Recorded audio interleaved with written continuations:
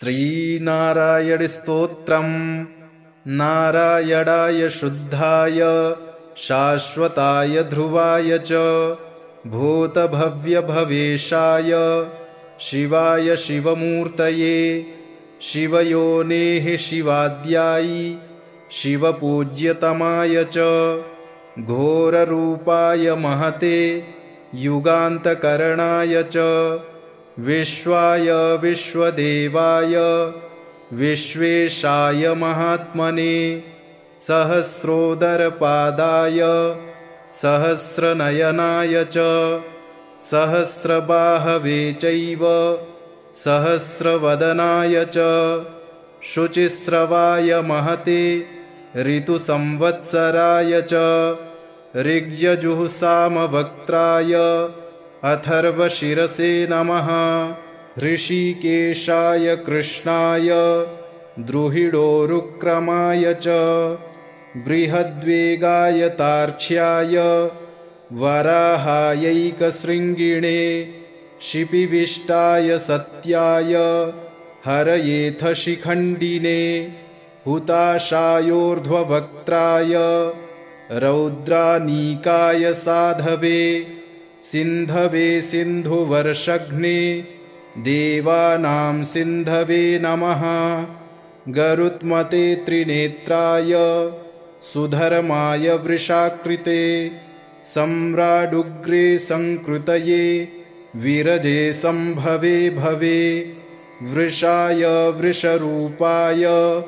विभवे भूर्भुवाय च दीप्तसृष्टाय यज्ञाय स्थिराय स्थविराय च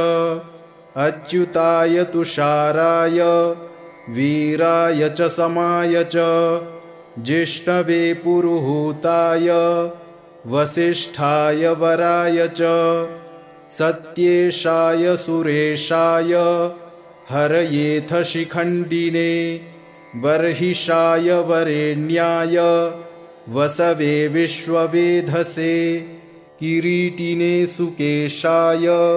वासुदेवाय शुष्मिणे बृहद्दुग्ध्यसुषेणाय युग्मे दुन्दुभये तथा भये सखाय विभवे भरद्वाजाभयाय च भास्कराय च चन्द्राय पद्मनाभाय भूरिणे पुनर्वसुभृतत्वाय जीवप्रभविषाय च वषट्काराय स्वाहाय स्वधाय निधनाय च ऋचे च यजुषे साम्ने त्रैलोक्यपतये नमः श्रीपद्मायात्मसदृशे धरणीधारणे परे सौम्या सौम्यस्वरूपाय सौम्ये सुमनसे नमः विश्वाय च सुविश्वाय विश्वरूपधराय च केशवाय सुकेशाय रश्मिकेशाय भूरिणे हिरण्यगर्भाय नमः सौम्याय वृषरूपिणे नारायणाग्र्यवपुषे पुरुहूताय वज्रिणे वर्मिणे वृषसेनाय धर्मसेनाय रोधसे मुनये ज्वरमुक्तायै ज्वराधिपतये नमः अनेत्राय त्रिनेत्राय पिङ्गलाय विडूर्मिणे तपोब्रह्मनिधानाय युगपर्यायिणे नमः शरणाय शरण्याय शक्तेष्टशरणाय च नमः सर्वभवेशाय भूतभव्यभवाय च पाहि मां देवदेवेश कोऽप्यजोऽसि सनातनः एवं गतोऽस्मि शरणं शरण्यं ब्रह्मयोनिनां स्तव्यं स्तवं स्तुतवतस्तत्तमो मे प्रणश्यत नारायणाय शुद्धाय शाश्वताय ध्रुवाय च भूतभव्यभवेशाय शिवाय शिवमूर्तये शिवयोनेः शिवाद्यायी शिवपूज्यतमाय च घोररूपाय महते युगान्तकरणाय च विश्वाय विश्वदेवाय विश्वेशाय महात्मने सहस्रोदरपादाय सहस्रनयनाय च सहस्रबाहवे चैव सहस्रवदनाय च शुचिस्रवाय महते ऋतुसंवत्सराय च ऋग्यजुःसामवक्त्राय अथर्वशिरसे नमः ऋषिकेशाय कृष्णाय द्रुहिडोरुक्रमाय च बृहद्वेगाय तार्क्ष्याय वराहायैकशृङ्गिणे शिपिविष्टाय सत्याय हरयेथ शिखण्डिने हुताशायोर्ध्ववक्त्राय रौद्रानीकाय साधवे सिन्धवे सिन्धुवर्षघ्ने देवानां सिन्धवे नमः गरुत्मते त्रिनेत्राय सुधर्माय वृषाकृते सम्राडुग्रे संकृतये विरजे संभवे भवे वृषाय वृषरूपाय विभवे भूर्भुवाय च दीप्तसृष्टाय यज्ञाय स्थिराय स्थविराय च अच्युताय तुषाराय वीराय च समाय च जिष्णवे पुरुहूताय वसिष्ठाय वराय च सत्येशाय सुरेशाय हरयेथ शिखण्डिने बर्हिषाय वरेण्याय वसवे विश्ववेधसे किरीटिने सुकेशाय वासुदेवाय शुष्मिणे बृहद्दुग्ध्यसुषेणाय युग्मे दुन्दुभये तथा भये सखाय विभवे भरद्वाजाभयाय च भास्कराय च चन्द्राय पद्मनाभाय भूरिणे पुनर्वसुभृतत्वाय जीवप्रभविषाय च वषट्काराय स्वाहाय स्वधाय निधनाय च ऋचे च यजुषे साम्ने त्रैलोक्यपतये नमः श्रीपद्मायात्मसदृशे धरणीधारणे परे सौम्या सौम्यस्वरूपाय सौम्ये सुमनसे नमः विश्वाय च सुविश्वाय विश्वरूपधराय च केशवाय सुकेशाय रश्मिकेशाय भूरिणे हिरण्यगर्भाय नमः सौम्याय वृषरूपिणे नारायणाग्र्यवपुषे पुरुहूताय वज्रिणे वर्मिणे वृषसेनाय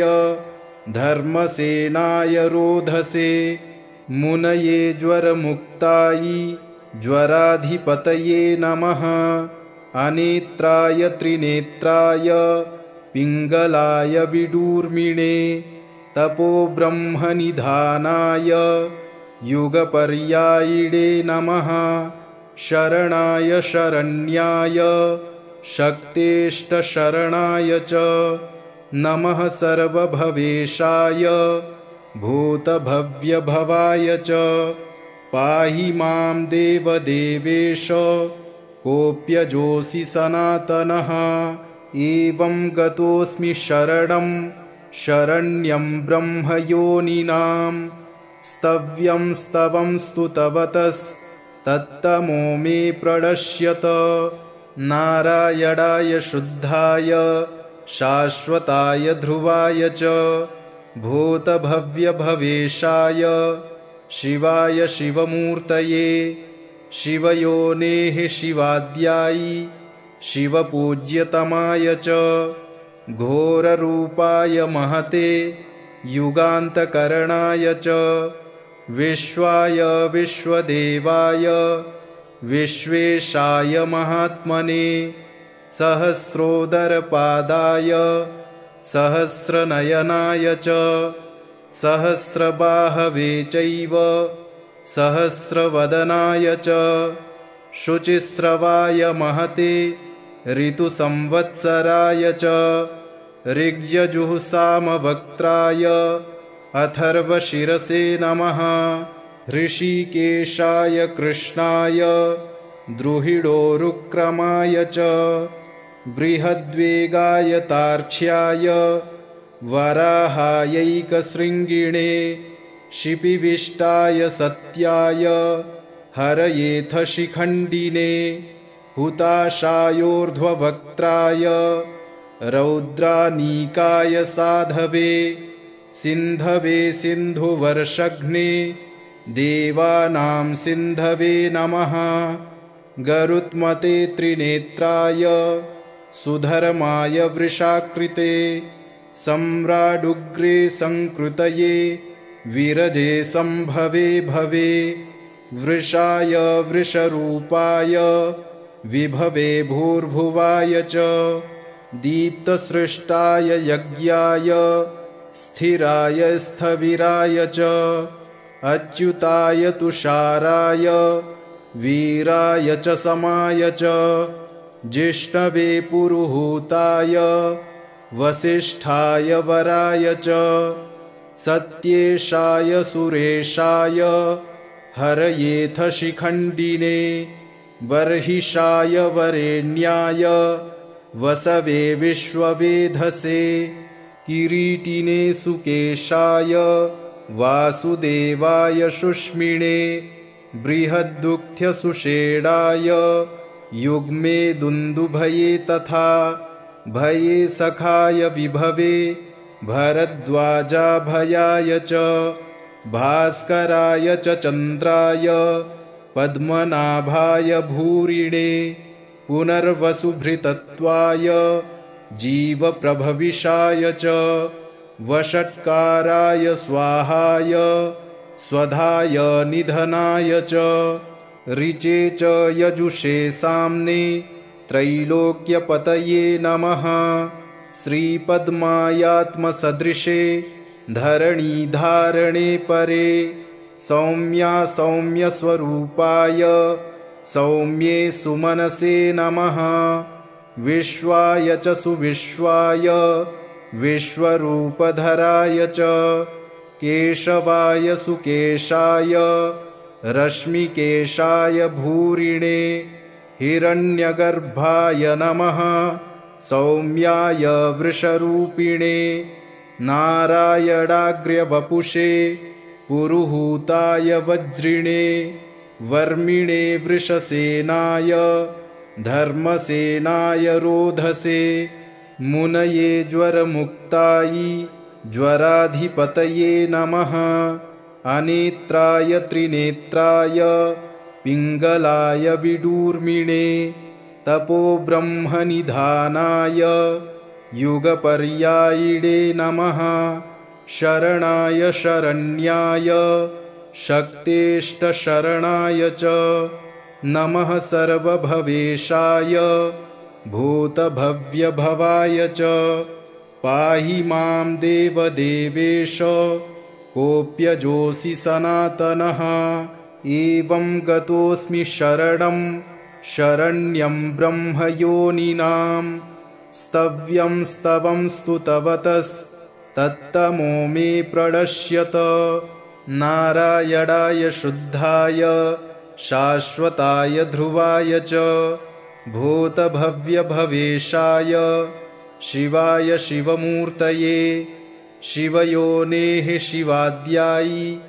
शिवपूज्यतमाय च घोररूपाय महते युगान्तकरणाय च विश्वाय विश्वदेवाय विश्वेशाय महात्मने सहस्रोदरपादाय सहस्रनयनाय च सहस्रबाहवे चैव सहस्रवदनाय च शुचिस्रवाय महते ऋतुसंवत्सराय च ऋग्यजुःसामवक्त्राय अथर्वशिरसे नमः। ऋषिकेशाय कृष्णाय द्रुहिडोरुक्रमाय च बृहद्वेगाय तार्क्ष्याय वराहायैकशृङ्गिणे शिपिविष्टाय सत्याय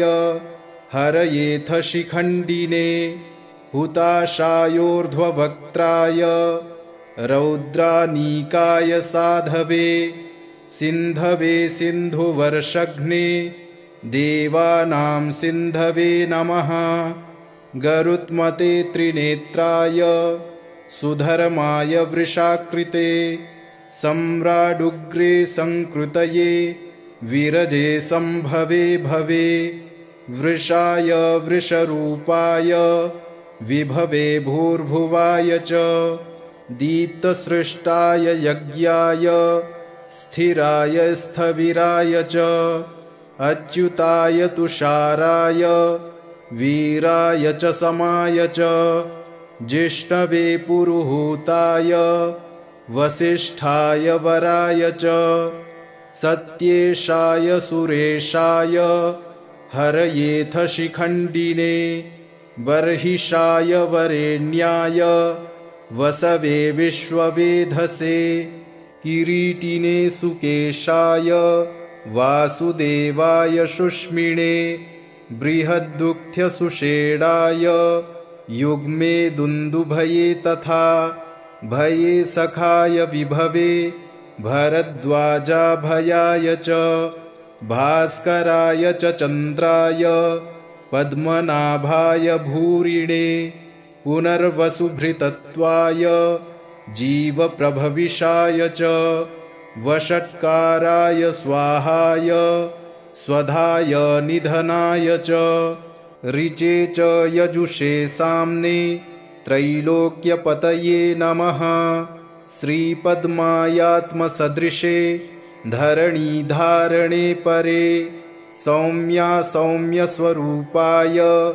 सौम्ये सुमनसे नमः विश्वाय च सुविश्वाय विश्वरूपधराय च केशवाय सुकेशाय रश्मिकेशाय भूरिणे हिरण्यगर्भाय नमः सौम्याय वृषरूपिणे नारायणाग्र्यवपुषे पुरुहूताय वज्रिणे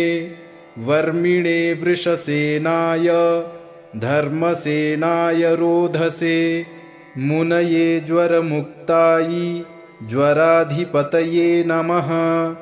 अनेत्राय त्रिनेत्राय पिङ्गलाय विडूर्मिणे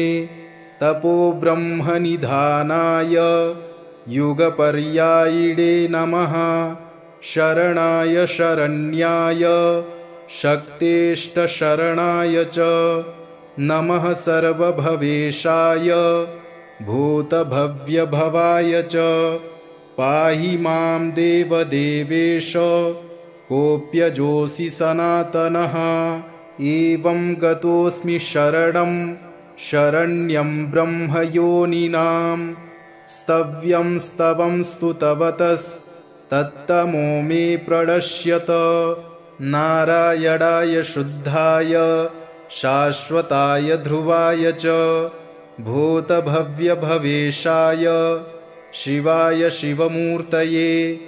शिवयोनेः शिवाद्यायि शिवपूज्यतमाय च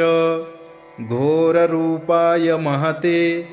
युगान्तकरणाय च विश्वाय विश्वदेवाय विश्वेशाय महात्मने सहस्रोदरपादाय सहस्रनयनाय च सहस्रबाहवे चैव सहस्रवदनाय च शुचिस्रवाय महते ऋतुसंवत्सराय च ऋग्यजुःसामवक्त्राय अथर्वशिरसे नमः ऋषिकेशाय कृष्णाय द्रुहिडोरुक्रमाय च बृहद्वेगाय तार्क्ष्याय वराहायैकशृङ्गिणे शिपिविष्टाय सत्याय हरयेथ शिखण्डिने हुताशायोर्ध्ववक्त्राय रौद्रानीकाय साधवे सिन्धवे सिन्धुवर्षघ्ने देवानां सिन्धवे नमः। गरुत्मते त्रिनेत्राय सुधर्माय वृषाकृते सम्राडुग्रे संकृतये विरजे संभवे भवे। वृषाय वृषरूपाय विभवे भूर्भुवाय च दीप्तसृष्टाय यज्ञाय स्थिराय स्थविराय च अच्युताय तुषाराय वीराय च समाय च जिष्णवे पुरुहूताय वसिष्ठाय वराय च सत्येशाय सुरेशाय हरयेथ शिखण्डिने बर्हिषाय वरेण्याय वसवे विश्ववेधसे किरीटिने सुकेशाय वासुदेवाय शुष्मिणे बृहद्दुःख्यसुषेणाय युग्मे दुन्दुभये तथा भये सखाय विभवे भरद्वाजाभयाय च भास्कराय च चन्द्राय पद्मनाभाय भूरिणे पुनर्वसुभृतत्वाय जीवप्रभविषाय च वषट्काराय स्वाहाय स्वधाय निधनाय च ऋचे च यजुषे साम्ने त्रैलोक्यपतये नमः। श्रीपद्मायात्मसदृशे धरणीधारणे परे सौम्या सौम्यस्वरूपाय सौम्ये सुमनसे नमः। विश्वाय च सुविश्वाय विश्वरूपधराय च केशवाय सुकेशाय रश्मिकेशाय भूरिणे हिरण्यगर्भाय नमः। सौम्याय वृषरूपिणे नारायणाग्र्यवपुषे पुरुहूताय वज्रिणे वर्मिणे वृषसेनाय धर्मसेनाय रोधसे मुनये ज्वरमुक्तायै ज्वराधिपतये नमः। अनेत्राय त्रिनेत्राय पिङ्गलाय विडूर्मिणे तपोब्रह्मनिधानाय युगपर्यायिणे नमः। शरणाय शरण्याय शक्तेष्टशरणाय च नमः। सर्वभवेशाय भूतभव्यभवाय च पाहि मां देवदेवेश कोऽप्यजोऽसि सनातनः। एवं गतोऽस्मि शरणं शरण्यं ब्रह्मयोनिनां स्तव्यं स्तवं स्तुतवतस्तत्तमो मे प्रणश्यत। नारायणाय शुद्धाय शाश्वताय ध्रुवाय च भूतभव्यभवेशाय शिवाय शिवमूर्तये शिवयोनेः शिवाद्यायि शिवपूज्यतमाय च घोररूपाय महते युगान्तकरणाय च विश्वाय विश्वदेवाय विश्वेशाय महात्मने सहस्रोदरपादाय सहस्रनयनाय च सहस्रबाहवे चैव सहस्रवदनाय च शुचिस्रवाय महते ऋतुसंवत्सराय च ऋग्यजुःसामवक्त्राय अथर्वशिरसे नमः। ऋषिकेशाय कृष्णाय द्रुहिडोरुक्रमाय च बृहद्वेगाय तार्क्ष्याय वराहायैकशृङ्गिणे शिपिविष्टाय सत्याय हरयेथ शिखण्डिने हुताशायोर्ध्ववक्त्राय रौद्रानीकाय साधवे सिन्धवे सिन्धुवर्षघ्ने देवानां सिन्धवे नमः। गरुत्मते त्रिनेत्राय सुधर्माय वृषाकृते सम्राडुग्रे संकृतये विरजे संभवे भवे। वृषाय वृषरूपाय विभवे भूर्भुवाय च दीप्तसृष्टाय यज्ञाय स्थिराय स्थविराय च अच्युताय तुषाराय वीराय च समाय च जिष्णवे पुरुहूताय वसिष्ठाय वराय च सत्येशाय सुरेशाय हरयेथ शिखण्डिने बर्हिषाय वरेण्याय वसवे विश्ववेधसे किरीटिने सुकेशाय वासुदेवाय शुष्मिणे बृहद्दुःख्यसुषेणाय युग्मे दुन्दुभये तथा भये सखाय विभवे भरद्वाजाभयाय च भास्कराय च चन्द्राय पद्मनाभाय भूरिणे पुनर्वसुभृतत्वाय जीवप्रभविषाय च वषट्काराय स्वाहाय स्वधाय निधनाय च ऋचे च यजुषे साम्ने त्रैलोक्यपतये नमः श्रीपद्मायात्मसदृशे धरणीधारणे परे सौम्या सौम्यस्वरूपाय सौम्ये सुमनसे नमः विश्वाय च सुविश्वाय विश्वरूपधराय च केशवाय सुकेशाय रश्मिकेशाय भूरिणे हिरण्यगर्भाय नमः सौम्याय वृषरूपिणे नारायणाग्र्यवपुषे पुरुहूताय वज्रिणे वर्मिणे वृषसेनाय धर्मसेनाय रोधसे मुनये ज्वरमुक्तायै ज्वराधिपतये नमः अनेत्राय त्रिनेत्राय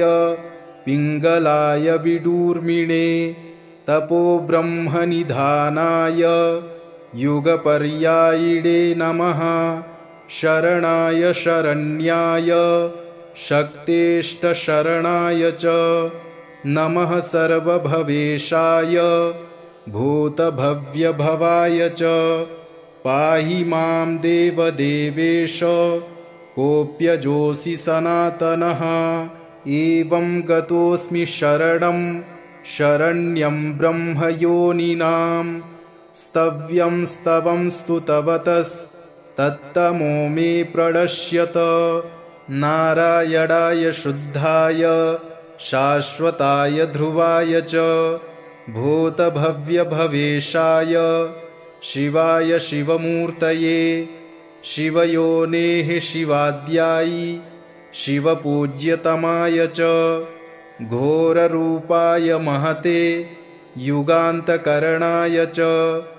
विश्वाय विश्वदेवाय विश्वेशाय महात्मने सहस्रोदरपादाय सहस्रनयनाय च सहस्रबाहवे चैव सहस्रवदनाय च शुचिस्रवाय महते ऋतुसंवत्सराय च ऋग्यजुःसामवक्त्राय अथर्वशिरसे नमः ऋषिकेशाय कृष्णाय द्रुहिडोरुक्रमाय च बृहद्वेगाय तार्क्ष्याय वराहायैकशृङ्गिणे शिपिविष्टाय सत्याय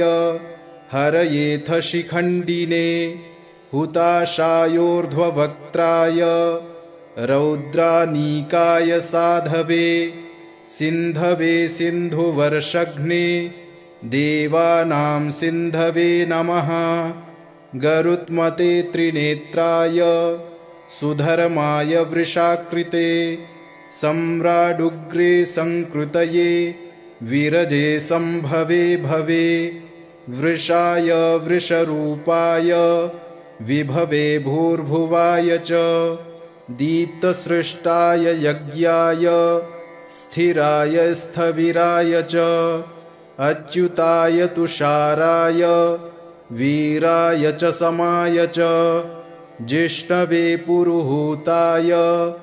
वसिष्ठाय वराय च सत्येशाय सुरेशाय हरयेथ शिखण्डिने बर्हिषाय वरेण्याय वसवे विश्ववेधसे किरीटिने सुकेशाय वासुदेवाय शुष्मिणे बृहद्दुःख्यसुषेणाय युग्मे दुन्दुभये तथा भये सखाय विभवे भरद्वाजाभयाय च भास्कराय च चन्द्राय पद्मनाभाय भूरिणे पुनर्वसुभृतत्वाय जीवप्रभविषाय च वषट्काराय स्वाहाय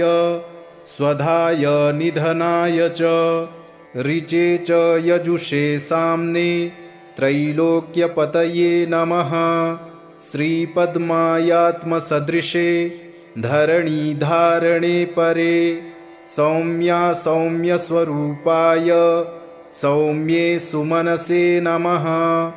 विश्वाय च सुविश्वाय विश्वरूपधराय च केशवाय सुकेशाय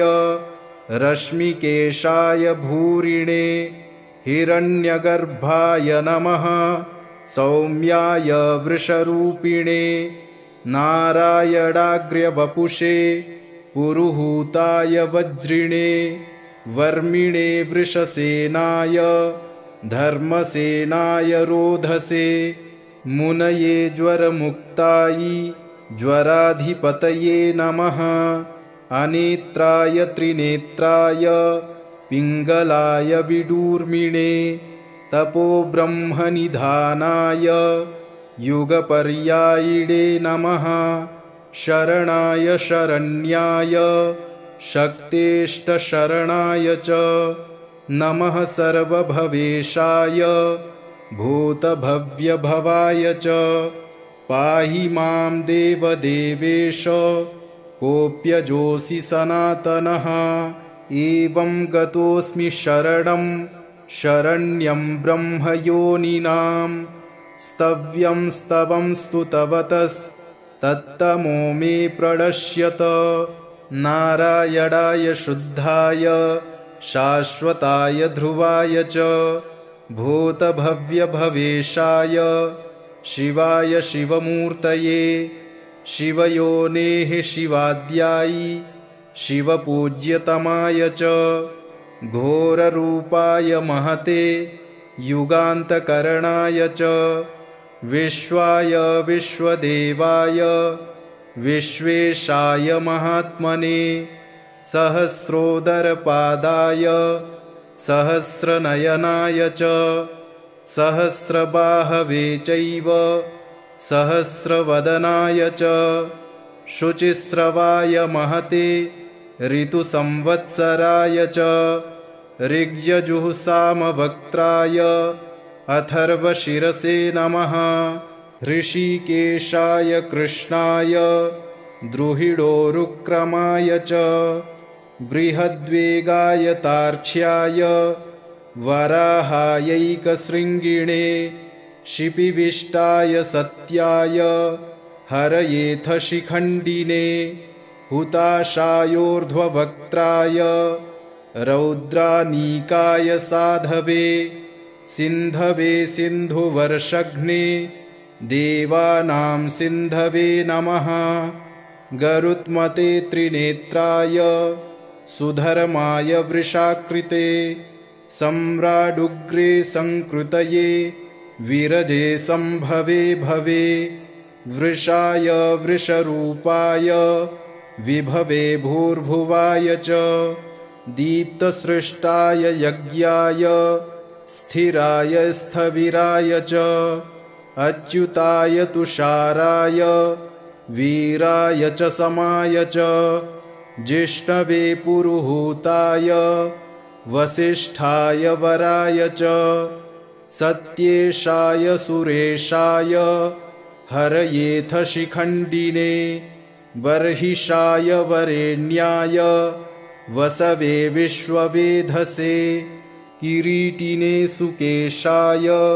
वासुदेवाय शुष्मिणे बृहद्दुःख्यसुषेणाय युग्मे दुन्दुभये तथा भये सखाय विभवे भरद्वाजाभयाय च भास्कराय च चन्द्राय पद्मनाभाय भूरिणे पुनर्वसुभृतत्वाय जीवप्रभविषाय च वषट्काराय स्वाहाय स्वधाय निधनाय च ऋचे च यजुषे साम्ने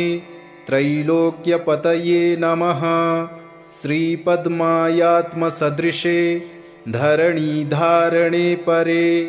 सौम्या सौम्यस्वरूपाय सौम्ये सुमनसे नमः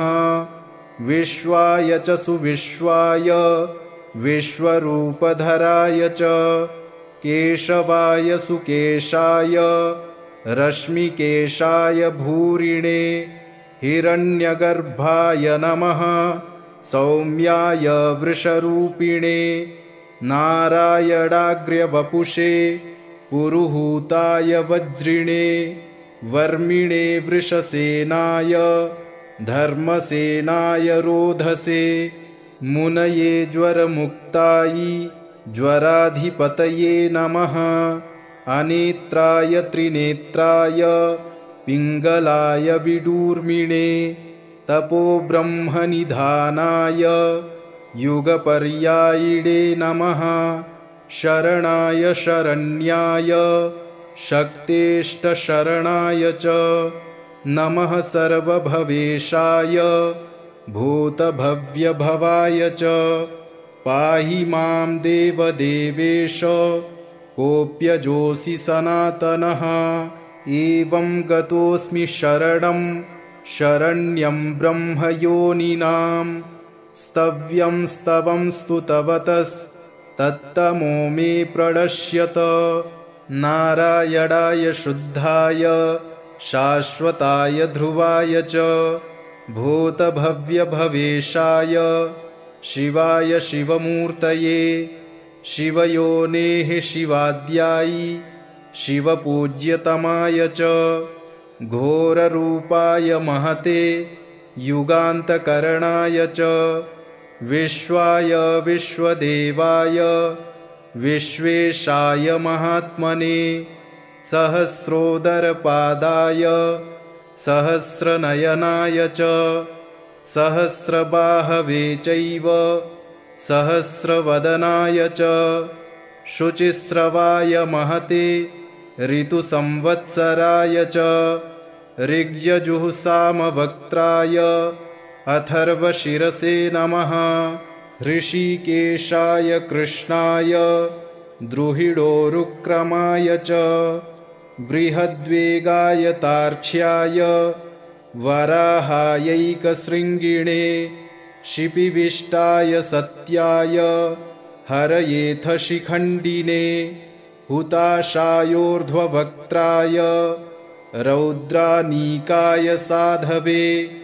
सिन्धवे सिन्धुवर्षघ्ने देवानां सिन्धवे नमः गरुत्मते त्रिनेत्राय सुधर्माय वृषाकृते सम्राडुग्रे संकृतये विरजे संभवे भवे वृषाय वृषरूपाय विभवे भूर्भुवाय च दीप्तसृष्टाय यज्ञाय स्थिराय स्थविराय च अच्युताय तुषाराय वीराय च समाय च जिष्णवे पुरुहूताय वसिष्ठाय वराय च सत्येशाय सुरेशाय हरयेथ शिखण्डिने बर्हिषाय वरेण्याय वसवे विश्ववेधसे किरीटिने सुकेशाय वासुदेवाय शुष्मिणे बृहद्दुःख्यसुषेणाय युग्मे दुन्दुभये तथा भये सखाय विभवे भरद्वाजाभयाय च भास्कराय च चन्द्राय पद्मनाभाय भूरिणे पुनर्वसुभृतत्वाय जीवप्रभविषाय च वषट्काराय स्वाहाय स्वधाय निधनाय च ऋचे च यजुषे साम्ने त्रैलोक्यपतये नमः। श्रीपद्मायात्मसदृशे धरणीधारणे परे सौम्या सौम्यस्वरूपाय सौम्ये सुमनसे नमः। विश्वाय च सुविश्वाय विश्वरूपधराय च केशवाय सुकेशाय रश्मिकेशाय भूरिणे हिरण्यगर्भाय नमः। सौम्याय वृषरूपिणे नारायणाग्र्यवपुषे पुरुहूताय वज्रिणे वर्मिणे वृषसेनाय धर्मसेनाय रोधसे मुनये ज्वरमुक्तायै ज्वराधिपतये नमः। अनेत्राय त्रिनेत्राय पिङ्गलाय विडूर्मिणे तपोब्रह्मनिधानाय युगपर्यायिणे नमः। शरणाय शरण्याय शक्तेष्टशरणाय च नमः। सर्वभवेशाय भूतभव्यभवाय च पाहि मां देवदेवेश कोऽप्यजोऽसि सनातनः। एवं गतोऽस्मि शरणं शरण्यं ब्रह्मयोनिनां स्तव्यं स्तवं स्तुतवतस्तत्तमो मे प्रणश्यत। नारायणाय शुद्धाय शाश्वताय ध्रुवाय च भूतभव्यभवेशाय शिवाय शिवमूर्तये शिवयोनेः शिवाद्यायि शिवपूज्यतमाय च घोररूपाय महते युगान्तकरणाय च विश्वाय विश्वदेवाय विश्वेशाय महात्मने सहस्रोदरपादाय सहस्रनयनाय च सहस्रबाहवे चैव सहस्रवदनाय च शुचिस्रवाय महते ऋतुसंवत्सराय च ऋग्यजुःसामवक्त्राय अथर्वशिरसे नमः। ऋषिकेशाय कृष्णाय द्रुहिडोरुक्रमाय च बृहद्वेगाय तार्क्ष्याय वराहायैकशृङ्गिणे शिपिविष्टाय सत्याय हरयेथ शिखण्डिने हुताशायोर्ध्ववक्त्राय रौद्रानीकाय साधवे सिन्धवे सिन्धुवर्षघ्ने देवानां सिन्धवे नमः। गरुत्मते त्रिनेत्राय सुधर्माय वृषाकृते सम्राडुग्रे संकृतये विरजे संभवे भवे वृषाय वृषरूपाय विभवे भूर्भुवाय च दीप्तसृष्टाय यज्ञाय स्थिराय स्थविराय च अच्युताय तुषाराय वीराय च समाय च जिष्णवे पुरुहूताय वसिष्ठाय वराय च सत्येशाय सुरेशाय हरयेथ शिखण्डिने बर्हिषाय वरेण्याय वसवे विश्ववेधसे किरीटिने सुकेशाय वासुदेवाय शुष्मिणे बृहद्दुःख्यसुषेणाय युग्मे दुन्दुभये तथा भये सखाय विभवे भरद्वाजाभयाय च भास्कराय च चन्द्राय पद्मनाभाय भूरिणे पुनर्वसुभृतत्वाय जीवप्रभविषाय च वषट्काराय स्वाहाय स्वधाय निधनाय च ऋचे च यजुषे साम्ने त्रैलोक्यपतये नमः। श्रीपद्मायात्मसदृशे धरणीधारणे परे सौम्या सौम्यस्वरूपाय सौम्ये सुमनसे नमः। विश्वाय च सुविश्वाय विश्वरूपधराय च केशवाय सुकेशाय रश्मिकेशाय भूरिणे हिरण्यगर्भाय नमः। सौम्याय वृषरूपिणे नारायणाग्र्यवपुषे पुरुहूताय वज्रिणे वर्मिणे वृषसेनाय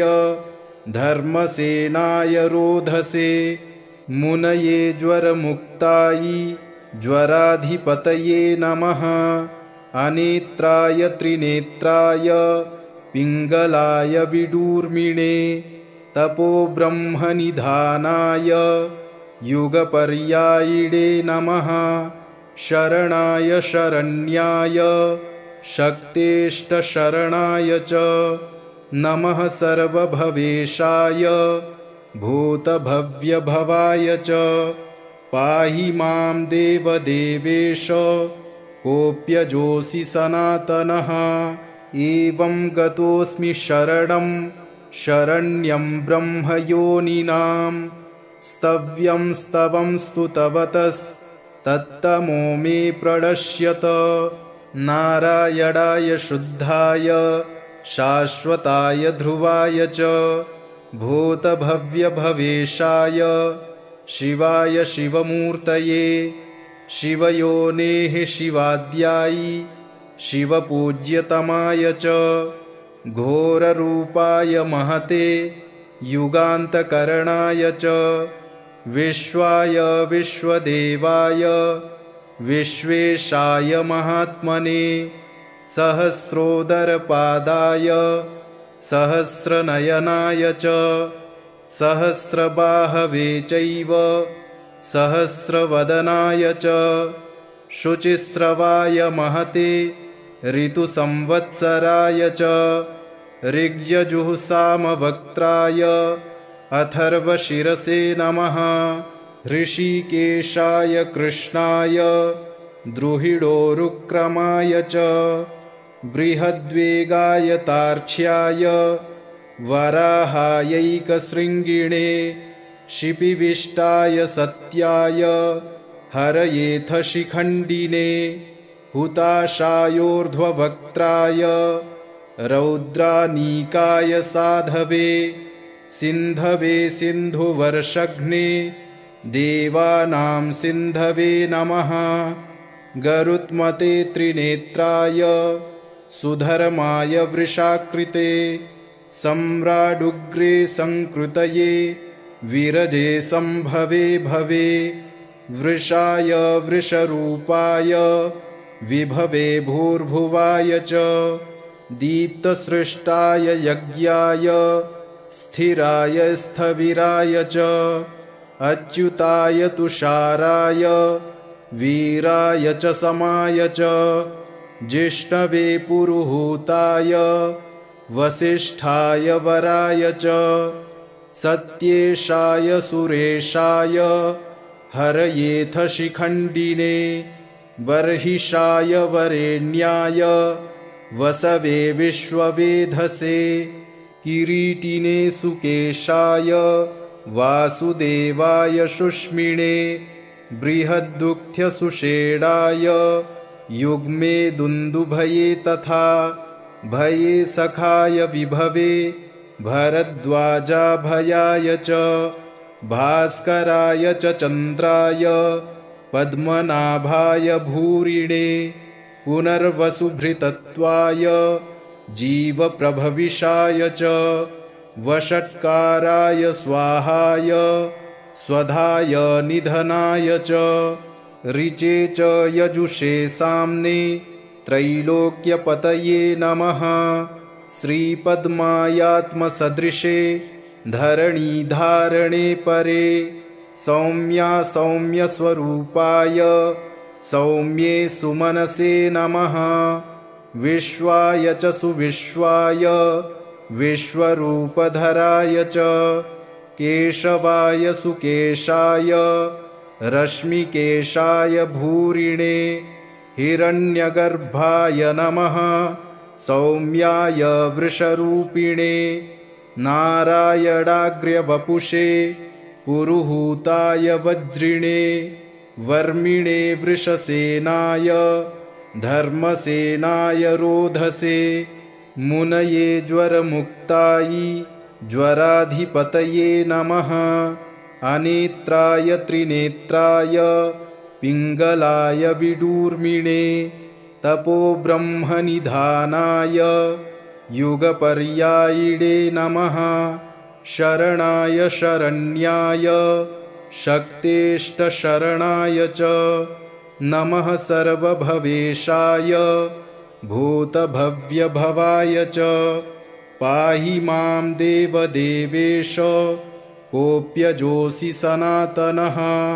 एवं गतोऽस्मि शरणं शरण्यं ब्रह्मयोनिनां स्तव्यं स्तवं स्तुतवतस्तत्तमो मे प्रणश्यत नारायणाय शुद्धाय शाश्वताय ध्रुवाय च भूतभव्यभवेशाय शिवाय शिवमूर्तये शिवयोनेः शिवाद्यायि शिवपूज्यतमाय च घोररूपाय महते युगान्तकरणाय च विश्वाय विश्वदेवाय विश्वेशाय महात्मने सहस्रोदरपादाय सहस्रनयनाय च सहस्रबाहवे चैव सहस्रवदनाय च शुचिस्रवाय महते ऋतुसंवत्सराय च ऋग्यजुःसामवक्त्राय अथर्वशिरसे नमः ऋषिकेशाय कृष्णाय द्रुहिडोरुक्रमाय च बृहद्वेगाय तार्क्ष्याय वराहायैकशृङ्गिणे शिपिविष्टाय सत्याय हरयेथ शिखण्डिने हुताशायोर्ध्ववक्त्राय रौद्रानीकाय साधवे सिन्धवे सिन्धुवर्षघ्ने देवानां सिन्धवे नमः गरुत्मते त्रिनेत्राय